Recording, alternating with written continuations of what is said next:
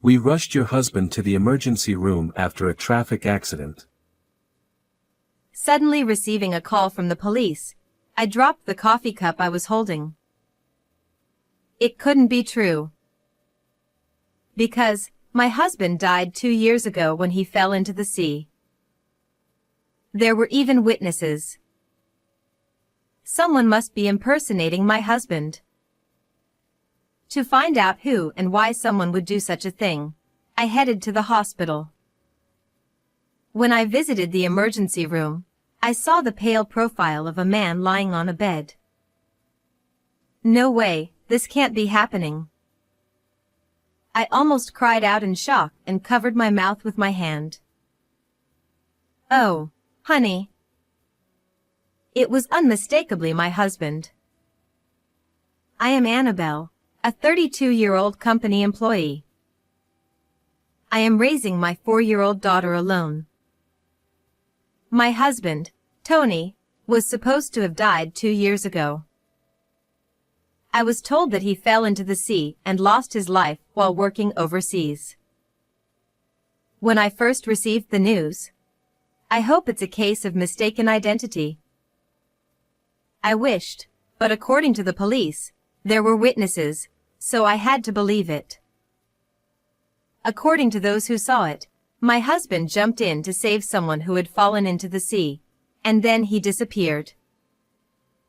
At that time, sharks were also seen in the water, and it was believed that the person who fell into the sea and my husband were both eaten by the sharks. My husband was rather timid, and I was surprised that he had the courage to jump into the sea to save someone. The local police conducted multiple searches, but my husband was never found, and only his backpack was found floating in the sea. In his backpack, there were photos of me and our daughter, his wallet, and other items. Tony, who usually told me not to touch his backpack, might have been embarrassed to show that he kept our photos in it. Thinking this, my sorrow over losing my husband grew even deeper. Eventually, I had no choice but to put his backpack in the coffin as a substitute for him and held a formal funeral for closure. Why did you leave us? I was grieving the sudden loss, but I had my daughter left behind. At the time, my 2-year-old daughter didn't understand the meaning of her father's funeral and smiled while sitting on my lap. Her behavior brought tears to the attendees. Poor thing. She doesn't understand that her father has passed away. The venue was filled with whispers and sobbing. After the funeral, I faced my daughter with my best smile, determined not to cry in front of her anymore. And I decided to do my best at work and raising my child alone. 2 years passed.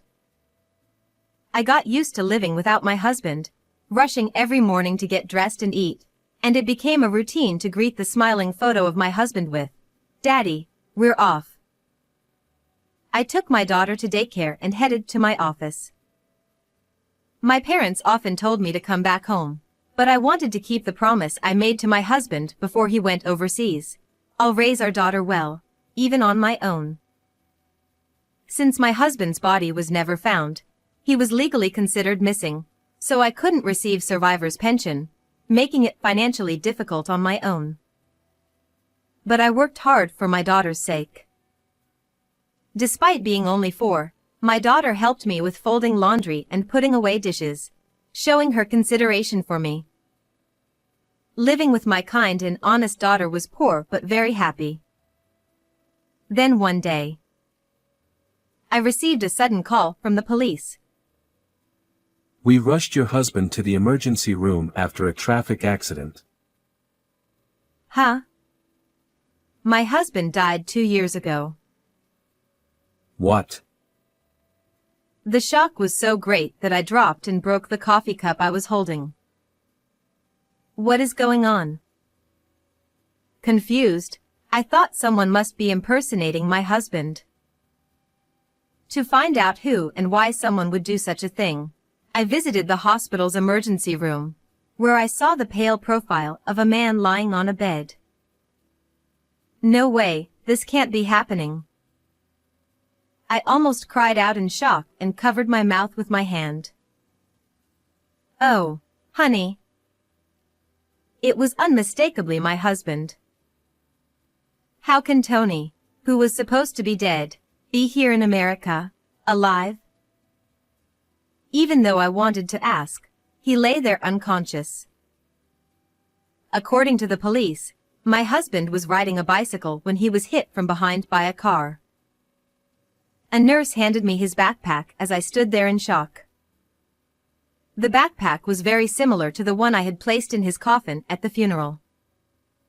When I looked inside, there was a cell phone, and the home phone number in the address book was ours, which is why the police contacted me. When I opened the cell phone, I saw frequent messages exchanged with an unfamiliar woman. This woman might know about these past 2 years. I decided to call the number. I'm sorry to bother you, but do you know someone named Tony Garner? Who? I don't know anyone by that name. Why are you calling from this number? When I explained that I was using the cell phone of a man who was in a bicycle accident and carried a red and black backpack, the person on the other end of the line became quite agitated. What? This phone number belongs to my husband. He always carries a red and black backpack. But my husband's name is Andrew Diaz. Had he been living under a false name for the past 2 years? Moreover, the woman called him her husband. What is going on? I was increasingly confused. If he was alive, why hadn't he come back to me? Why was he with another woman? The more I thought about it, the less I understood. The woman said she would come to the hospital immediately. 30 minutes later, she arrived and clung to my husband's bedside, crying out, "Andrew, Andrew, hang in there." I watched in a daze. Her voice was so loud that a nurse came in and explained that he had undergone surgery for a complicated leg fracture and was still under anesthesia, so he wouldn't wake up for a while. "I'm so glad you're safe." The woman, relieved, wiped her tears and then looked at me suspiciously. "By the way, who are you? Are you a friend of his?"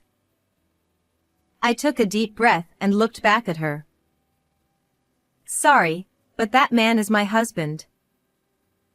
"What? Don't joke about such things."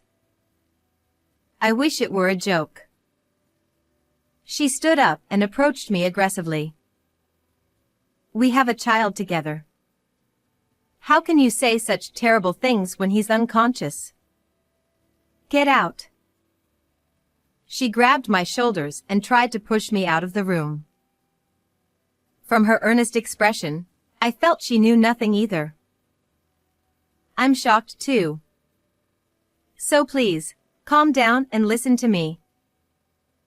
When I showed her a photo of our family taken 2 years ago, she was shocked and agitated, but she eventually calmed down and told me her story.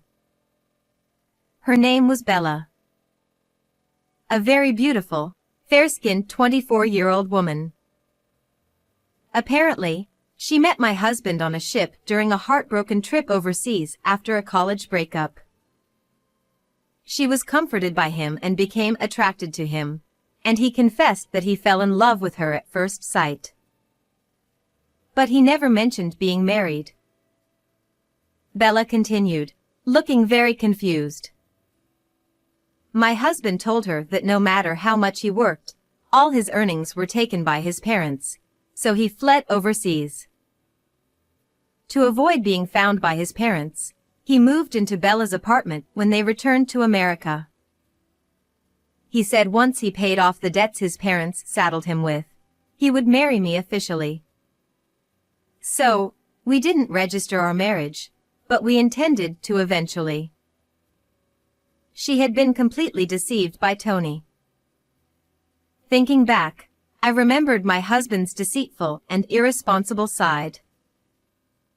During these 2 years, thinking he was dead.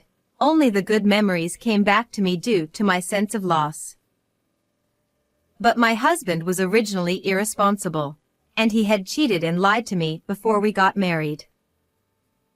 I shared my story from 2 years ago with Bella, who seemed equally bewildered.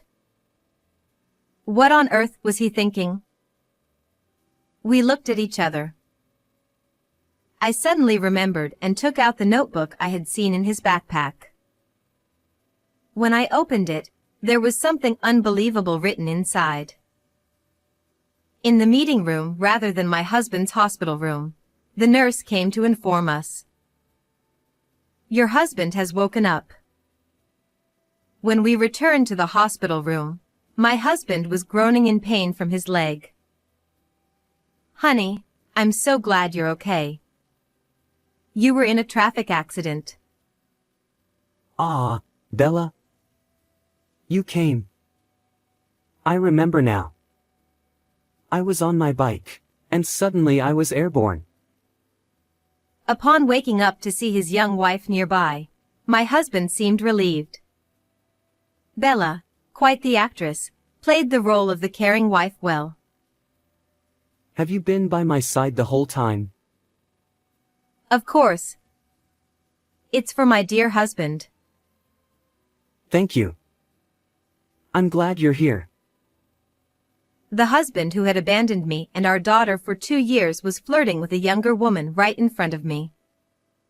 I felt a seething rage and approached to speak up.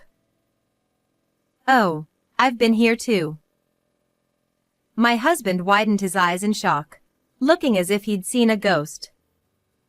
For a moment, we stared at each other as if time had stopped. Annabelle. Why are you here? The police contacted me. You left our home number registered in your cell phone. Ah. My husband's voice cracked completely, revealing his panic. I calmly spoke to him. So, you've become Andrew Diaz. I'm surprised. That's... My husband stammered, unable to form words, his face turning pale. Bella also spoke to him coldly. You lied about being single and escaping from your parents? How could you deceive me like this? No, that wasn't my intention. I fell in love with you at first sight and just wanted to be with you. My husband tried to make excuses, unaware that the more he spoke, the more his lies were exposed. That's strange. What you wrote in your diary contradicts what you're saying. What? You read it? My husband tried to snatch the diary from my hand, but in his condition, he couldn't get it back. I decided to read from it. Work abroad wasn't going well, and I wanted to escape when I met Bella. She seemed to be on a heartbreak trip, and she was easily deceived by my kind words. Her parents seem wealthy. If I stay with her, I can live comfortably. You're the worst. That's, Moreover, if I hire a witness to say I died at sea, I can end my marriage without paying alimony or child support. What is this all about? Realizing he couldn't talk his way out, my husband started getting angry. How dare you read my diary? And I'm injured, you know. Bella looked at him sadly as he turned red with anger. I can't believe I trusted and was deceived by someone like you. It's truly pathetic. I'm sorry. But I still want to be with you. I'll divorce my wife. At that moment, an older couple entered the hospital room. They were Bella's parents. Why are Bella's parents here? I called them. You always interfere. As my husband tried to insult me, Bella's parents began yelling at him. How dare you deceive our daughter? We'll sue you for alimony and child support.